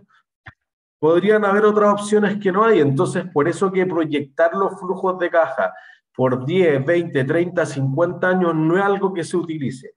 Y cada vez, por ejemplo, la otra vez me tocó a mí ver unos 7 años. Y fue como raro solamente porque dijeran 7 años. Les diría que el estándar es 5 años o 10 años. 10 años si uno tiene un contrato por 10 años. O a menos, claro, si uno tiene un contrato por 8, por 7, se puede proyectar eso. Pero si no, es súper raro que alguien diga de la nada, yo proyecté 7 años, como que el estándar es 5 o 10. Entonces, lo que tú dices, oye, pero es que en realidad el proyecto no muere en 5 años, no es una concesión, en realidad nosotros vamos a construir el local, etcétera. Bueno, al final del proyecto el valor de desecho va a tener lo que uno conoce como un valor terminal, a veces también una suposición. Entonces tú vas a decir, mira, yo voy a tener el flujo de caja el año 1, 2, 3, 4 y 5. Entonces, si yo pudiera vender la empresa completita andando, el año 5, ¿en cuánto la venderían? ¿Cómo valorarían la empresa en 5 años más? Y esto es la máxima del curso, por un punto premio. El valor presente de los flujos de efectivo. Eso es. Esa es toda la lógica de este curso. Todo debe valer el valor presente de los flujos de caja. Entonces alguien va a decir, mira, esto sería el flujo de caja que espero en 6, traído a valor presente como una perpetuidad. ¿Se entiende? Perpetuidad con crecimiento. Digo, esto está en el momento 5. Entonces alguien dice, oye, pero no sé cuánto va a ser en 6. Bueno, esto perfectamente podría ser el flujo de caja en 5, que haya crecido esta tasa G. Y esta tasa G debe ser súper conservadora, en especial en estos tiempos. No es que uno diga, oye, va a crecer 8% a perpetuidad, no, eso es tirado de las mechas. Por ejemplo, fíjense, ayer nosotros estábamos en esta valorización con Hans de una empresa que se dedica a arrendar bienes agrícolas. Nosotros supusimos que el G era de menos 2%. La empresa decrece en el largo plazo porque se ve muy dura para la empresa agrícola con la crisis hídrica en Chile. Entonces, ahí uno tiene que ser súper juicioso en que en realidad tú dices, no, pero va a crecer mínimo con la inflación, sí. Los inversionistas se están dando con una piedra en el pecho si logran recuperar la inflación, perdón. Entonces, aquí uno dice, mira, si tú puedes proyectar que el activo se va a vender por X cantidad y eso tiene certeza, supone esto, ve el efecto impositivo y calcúlate el valor de desecho, que es lo que tenemos en la lámina. Si en realidad tú no sabes cuánto va a ser, haz una estimación de cuánto podría ser el flujo de caja que se va a generar de ahí en adelante y yo diría más conservadoramente, supone una tasa de descuento que tenga sentido, pero insisto, me cuesta ver que alguien le vaya a poner 3% de eso y no sea medio objetable y calcúlalo como el valor presente una perpetuidad. ¿Se entiende? Por eso que aquí, fíjense que destaco que en las láminas pusimos, oye, que la tasa de crecimiento que vamos a aplicar ahí sea sostenible. El que sea sostenible no es algo al azar, lo ocupamos en la valorización de acciones. SG, que era el ROE por cuánto retenga, es sostenible en el tiempo, que la empresa siga obteniendo las mismas rentabilidades, pero quizás inclusive menos, a futuro se ven menos rentables los proyectos que hoy en día. ¿Se entiende? Entonces son como las dos metodologías que uno podría tener para el valor de desecho, un valor de liquidación único o un valor presente a perpetuidad. ¿Sí? No es simple lo que he dicho. ¿Quién se quedó mucho más atrás quizá?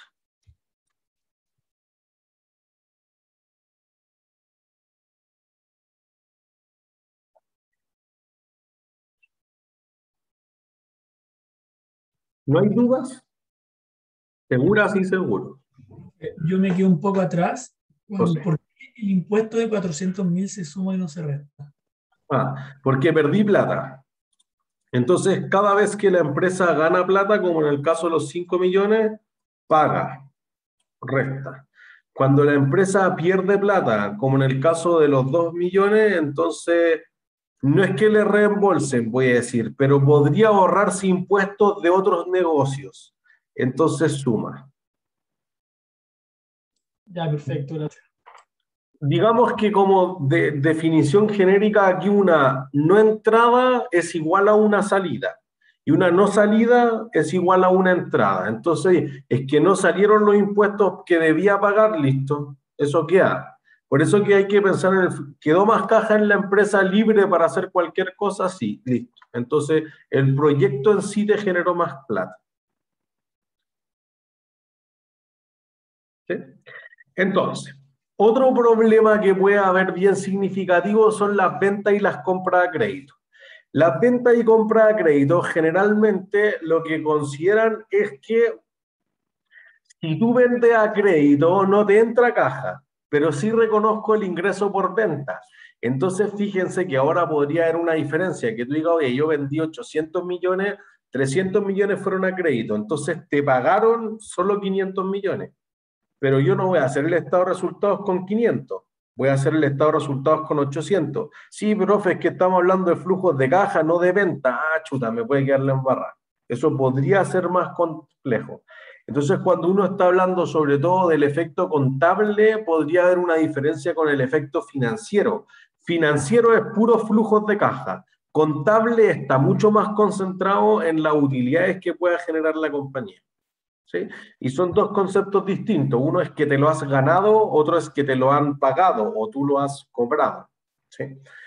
Entonces, cuando uno está considerando, por ejemplo, venta a créditos, podría haber una diferencia. Pongámosle número a esto. Dice, consideremos que hay una asesoría que se cobraron 8 millones.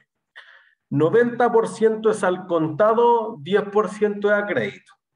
Dado que el único costo de explotación que hay en una asesoría son sueldos de 4 millones, se genera un margen bruto del 50%. Además, se pagan sueldos administrativos por 1,5 millones y se pagan impuestos a las utilidades que son el 25%. Los sueldos administrativos se pagan al contado, pero los de explotación son pagados 50% al terminar la consultoría y el salto 60 días después. Entonces, fíjense. ¿Cuánto es la utilidad neta de la consultoría? Por un punto premio. Saquen su calculador o ocupen las del computador, no sé.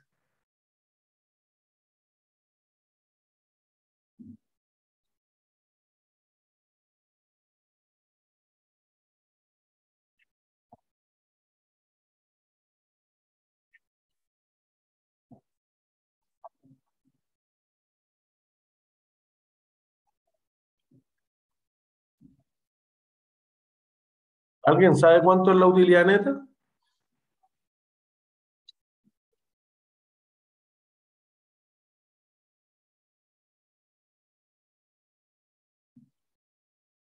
¿Nadie sabe cómo calcular la utilidad aquí?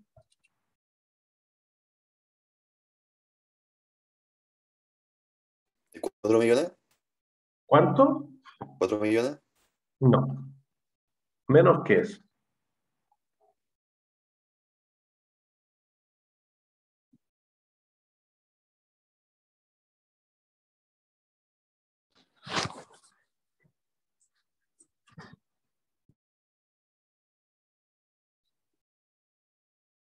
Por 2 puntos previos, ¿cuánto es la utilidad neta? 1.875.000. Cierto. ¿Cómo llegamos a eso, Matías?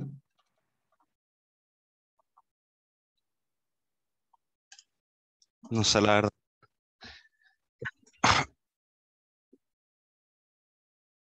Tengo 8 millones.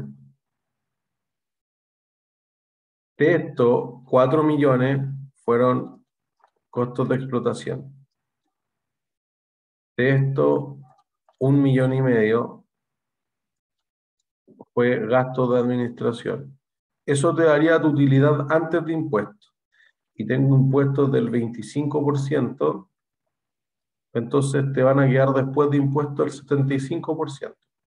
Entonces aquí me van a haber quedado 2,5 millones, le voy a restar el 25% de los impuestos, que son 6,25, y eso te va a dejar una utilidad neta de 1,875,000. Fíjense que el flujo de caja no va a ser así. El flujo de caja realmente va a ser de otra forma, porque por una parte, a ti te pagaron una parte de los ingresos al contado y el resto a crédito. Y también tú pagaste algunos sueldos, los costos de explotación, digamos, al contado, pero otros los pagaste o los vas a pagar en 60 días más.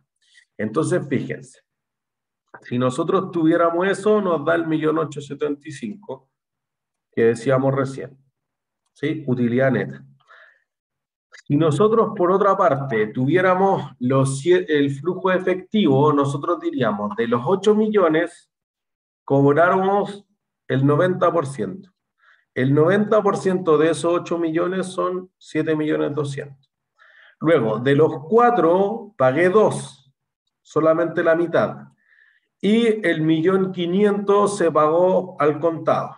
Entonces, fíjense que lo que uno tendería a decir es 7,200,000 menos 2 menos 1,5 te va a dar 3,700,000. Y eso yo le voy a quitar los impuestos el 25% y me va a dejar 2,775,000, perdón. Eso es un desastre. No es así esto. Porque los impuestos se pagan sobre las utilidades o sobre los flujos de caja.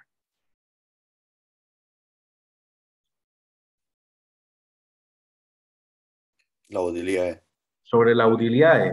Por ende, el que se ocupen los flujos de caja para calcular los impuestos es un desastre que ocurre más de lo normal, más de lo que uno esperaría quizás que ocurriera. Entonces, fíjense que lo que uno debería decir es, los impuestos van a seguir siendo esta cantidad que está acá, 625, calculado en el estado de resultados, no en otra parte. Lo que pasa es que tú vas a decir, de todas las ventas de 8 millones hay 800,000 que quedaron en una cuenta por cobrar. Por el otro lado, uno va a decir, de los gastos o de los costos de explotación, 4 millones, uno va a tener 2 millones en una cuenta por pagar. Entonces, fíjense que si a uno le quedara una cuenta por cobrar por 800,000, me comí un cero, ahí, y una cuenta por pagar por 2 millones, entonces, ¿cuánto serían las necesidades operativas de fondo? Menos 1,200,000. Y entonces ahí lo que vamos a tener es que la empresa, como tiene necesidades operativas de fondos negativas, ¿le sobra plata o le falta plata?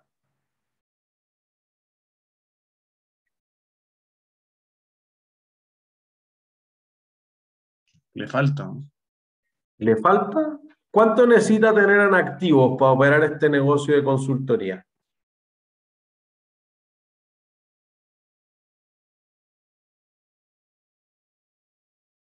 Fíjense que los servicios requieren mucho menos activos. Aquí, ¿cuál es el único activo que tengo que financiar?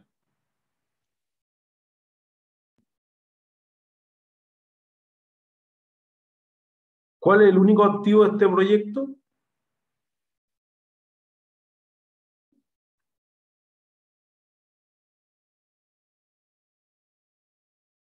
Las cuentas por cobrar, 800.000.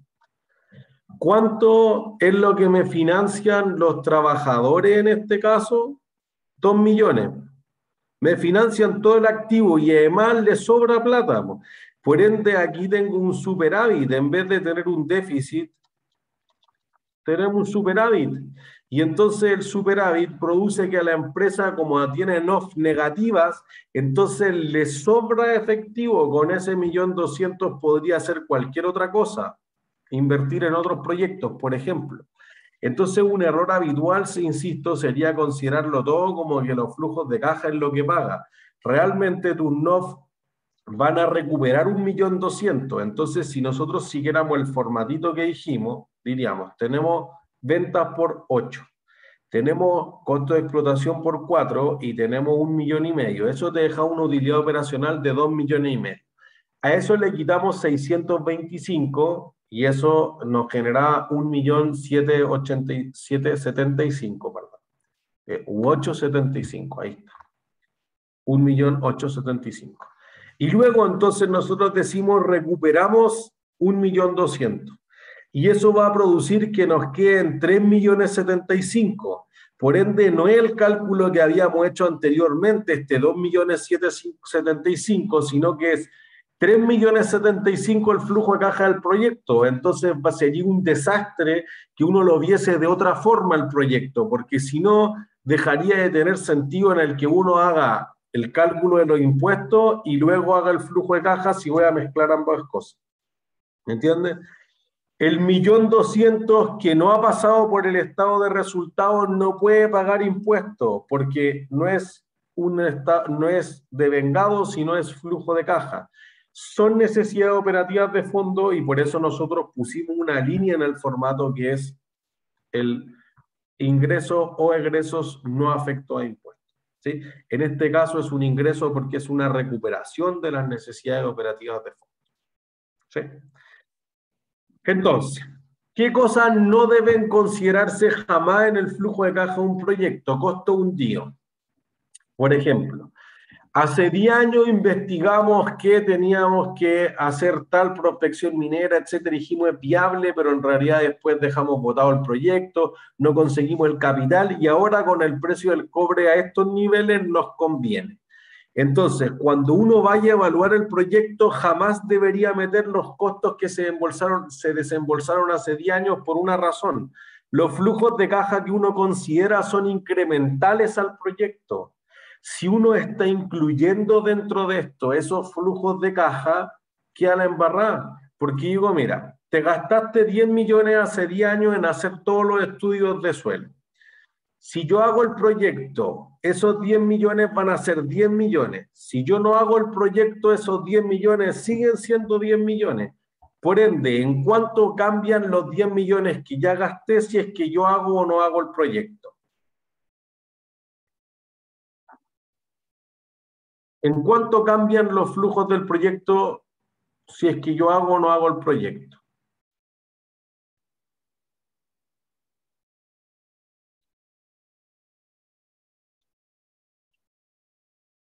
En nada.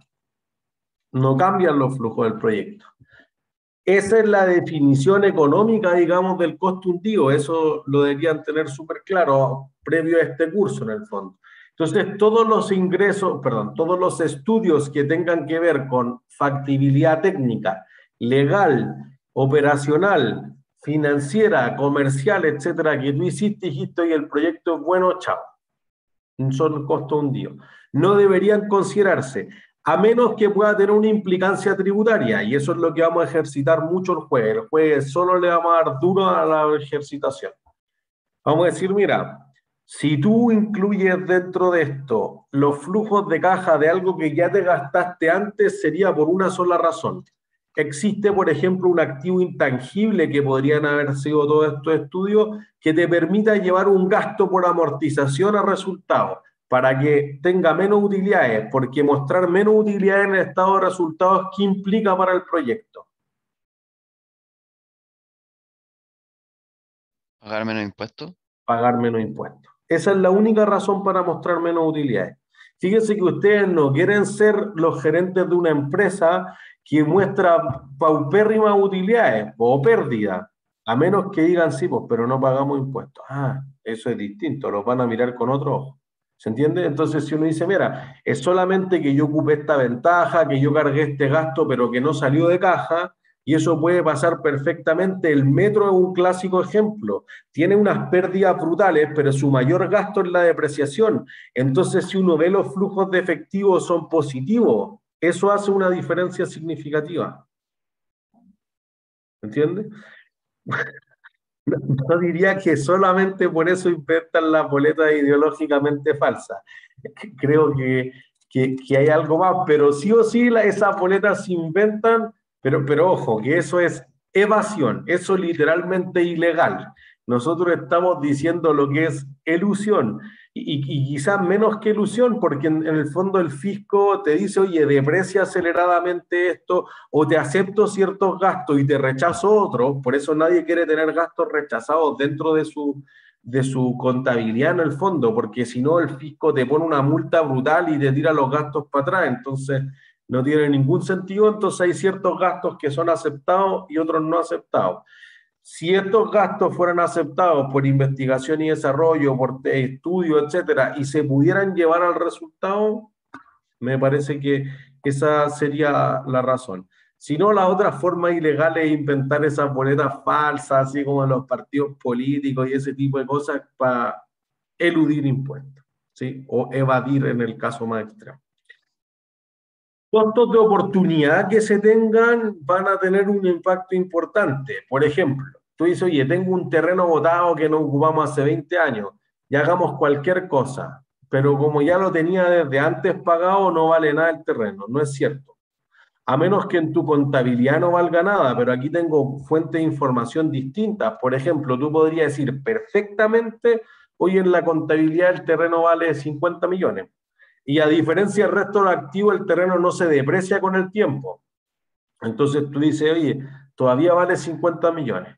O alguien podría decir, mira, si yo no hago este proyecto, digamos que es construir unos locales comerciales, ¿qué podrías hacer siempre con el terreno?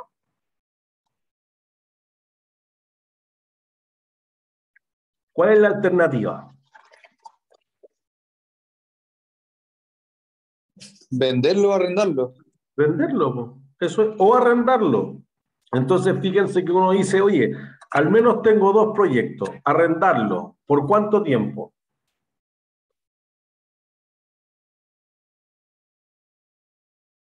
¿Indefinido? No sé. Indefinido, por eso que nosotros decíamos, hay una perpetuidad de arrendar un terreno. Nunca se deprecian, así que su vida útil es indefinida.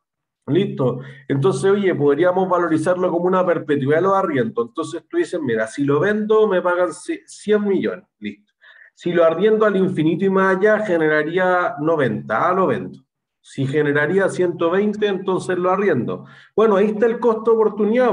Si tú decides ocuparlo para tener estacionamiento, para hacer locales comerciales, para plantar lechuga, tengo que incluir que estoy perdiendo mi mejor segunda alternativa, y eso es 120 millones en valor presente de todos los arriendos que sacrifiqué.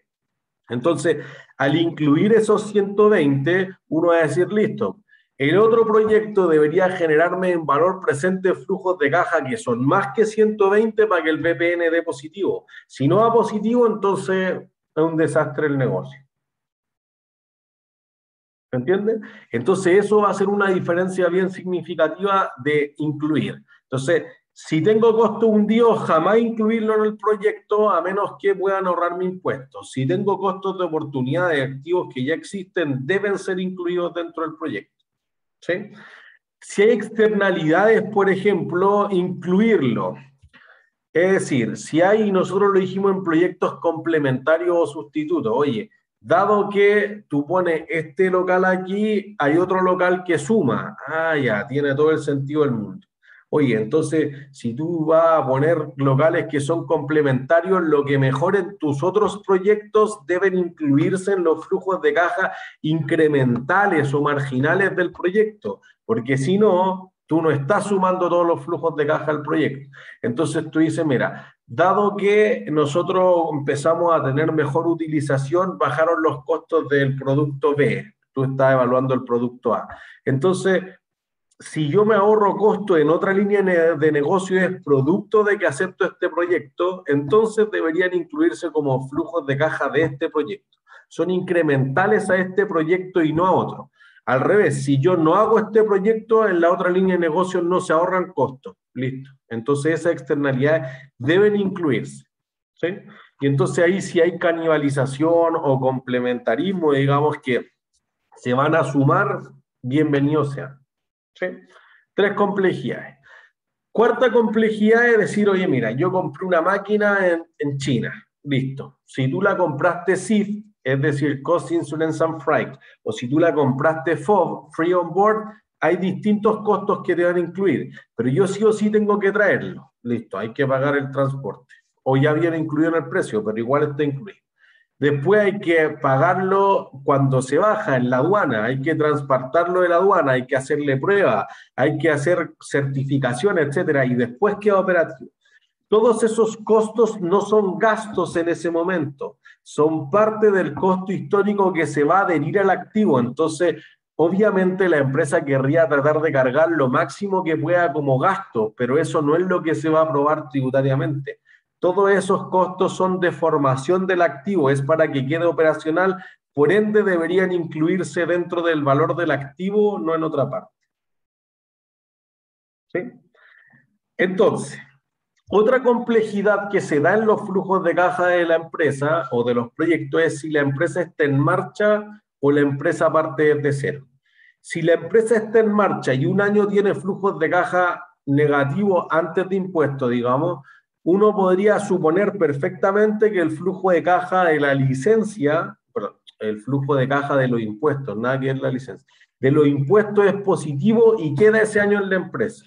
Por ejemplo, tú tienes 5 locales, pero pierdes en uno, pero todos pertenecen a la misma empresa, los ingresos de los impuestos que va a generar el local que pierde se ahorra de los gastos por impuestos que tienen los 4 locales que ganan.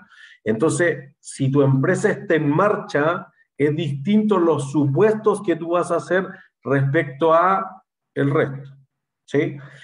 Si tú, por ejemplo, tienes investigación y desarrollo, otro problema de la empresa en marcha, tú lo que vas a generar es llevarlo a gasto al tiro. Ya, pues, porque existen. Si tu empresa se va a formar a partir del proyecto, que ya no es una empresa en marcha, es distinto. ¿Sí? Lo importante es siempre tratar de llevarlo a gasto lo más rápido posible, pero si no, entonces se deberían activar, ¿sí? Generar un activo. Entonces, si uno supone que la empresa va a seguir después del negocio, uno evalúa distintas cosas, así que los años conflictivos son siempre el momento cero y el año final del proyecto. Si tú al principio vas a tener que la empresa está en marcha, digamos, ya existe, entonces tú podrías decir, oye, al final yo liquido el negocio, listo, recupero las NOF, vendo los activos, valor de desecho y me pagan esto, listo. Si en realidad tu empresa se acaba con eso, entonces tú podrías suponer otra cosa. Por ejemplo, si yo de nuevo los impuestos, tengo un ingreso por impuestos, pero la empresa muere ahí y no puedo recuperarlo nunca, por ende no va a ser algo que uno consideraría dentro de los flujos de caja del proyecto. ¿Sí? Entonces uno va a considerar que los impuestos, si te dan en positivo, en esta idea de menos, quizás está bien, pero jamás van a ser un flujo de caja efectivo si es que la empresa muere ahí y no hay nada en el futuro, para tenerlo claro. ¿Sí? Entonces nosotros vamos a suponer que los flujos de efectivo sean una entrada o una salida de efectivo en el año que ocurran, aunque ya hemos dicho que se paguen en abril del próximo año, o que si es un ingreso lo voy a recuperar cuando tenga utilidades futuras, es un supuesto de los flujos de caja. porque sobre todo los flujos de caja en el proyecto se evalúan como si ocurrieran todo al final del año, por lo que explicamos el martes pasado. El valor presente neto supone que todos los flujos de caja son vencidos para castigar todos los años el proyecto. Cuando veíamos el payback lo repasamos mucho. Si tú en realidad dices, oye, es que yo gano los flujos de caja en enero, febrero, marzo, etcétera, lo único que va a producir es que el proyecto sea mejor o tenga mejor pinta de lo que parecía. Y eso hace una diferencia bien significativa a la hora de evaluar el proyecto. ¿Sí? Entonces ahí nosotros vamos a tener que ese cálculo de los pagos provisionales mensuales, por ejemplo, estos anticipos de impuestos, realmente podrían ser una salida de caja. Si tú no lo utilizaste, se va a reconocer al siguiente año. Pero en general, como les digo, el supuesto más clásico es que son entradas y salidas de efectivo en el momento que ocurre. Otro problema gigantesco que ocurre en los flujos de caja del proyecto, es decir, los intereses que yo genero, tengo que incluirlo en el flujo de caja del proyecto. ¿Por qué no? Porque los intereses que estoy pagando son una salida de caja, sí, pero es una salida de caja financiera. Cualquier cosa distinta a los intereses, oye, los gastos en las comisiones bancarias, las cuotas de los leasing, los gastos de operación de la cuenta, bueno, todos esos gastos financieros tienen que ver con el financiamiento del proyecto, no con la operación del proyecto. Entonces eso va a ser una diferencia significativa. ¿Sí? Entonces cuando uno dice, oye, el flujo de caja que estamos viendo es el flujo de caja libre, el flujo de caja libre solamente considera lo que tiene que ver con aspectos del activo de la empresa, no con quienes pagaron los activos de la empresa. ¿Se entiende? La razón principal, entonces, y esta es una pregunta que a mí me ha tocado ver mucho en la práctica y se discute mucho en el fondo, oye, es que los intereses tienen una ventaja frente a los dividendos. Los intereses son un gasto, por lo tanto te ahorran impuestos. En cambio, los dividendos no son un gasto, por ende no te ahorran impuestos. Sí, pero eso no es lo que queremos decir. Nuestro concepto no es si te ahorran o no te ahorran impuestos. Eso será una ventaja al momento de calcular la tasa de descuento, pero eso es problema para otro curso, para Finanzas 2. Los intereses lo que producen es justamente un flujo que va a servir la deuda, el que puso plata para comprar el activo, y nosotros no queremos evaluar eso. Queremos evaluar si comprar el camión es buena idea. ¿Con qué financiar la compra del camión? Otro problema. Pero el camión es buena idea, sí. Pero es buena idea solamente si lo paga el banco, o buena idea los accionistas, ese es otro problema. El problema es si comprar un camión es buena idea. ¿Se entiende? Si uno lo mezcla y dice, no, es que el proyecto financiado, no, queda la embarre. Queremos despejar toda esa neblina y queremos ir el flujo de caja puro. Entonces, los intereses que sean deducibles de impuestos y los dividendos no son deducibles de impuestos, a nadie le importa. Los intereses serán más baratos que los dividendos, seguro. Pero ambos son conceptos financieros porque corresponden al retorno que obtienen los inversionistas por haber puesto plata en la empresa. Entonces jamás, y ahí de nuevo subrayenlo en lo que estén rayando, jamás, nunca deberían incluir los intereses en el flujo de caja libre del proyecto. ¿Sí? ¿Dudas?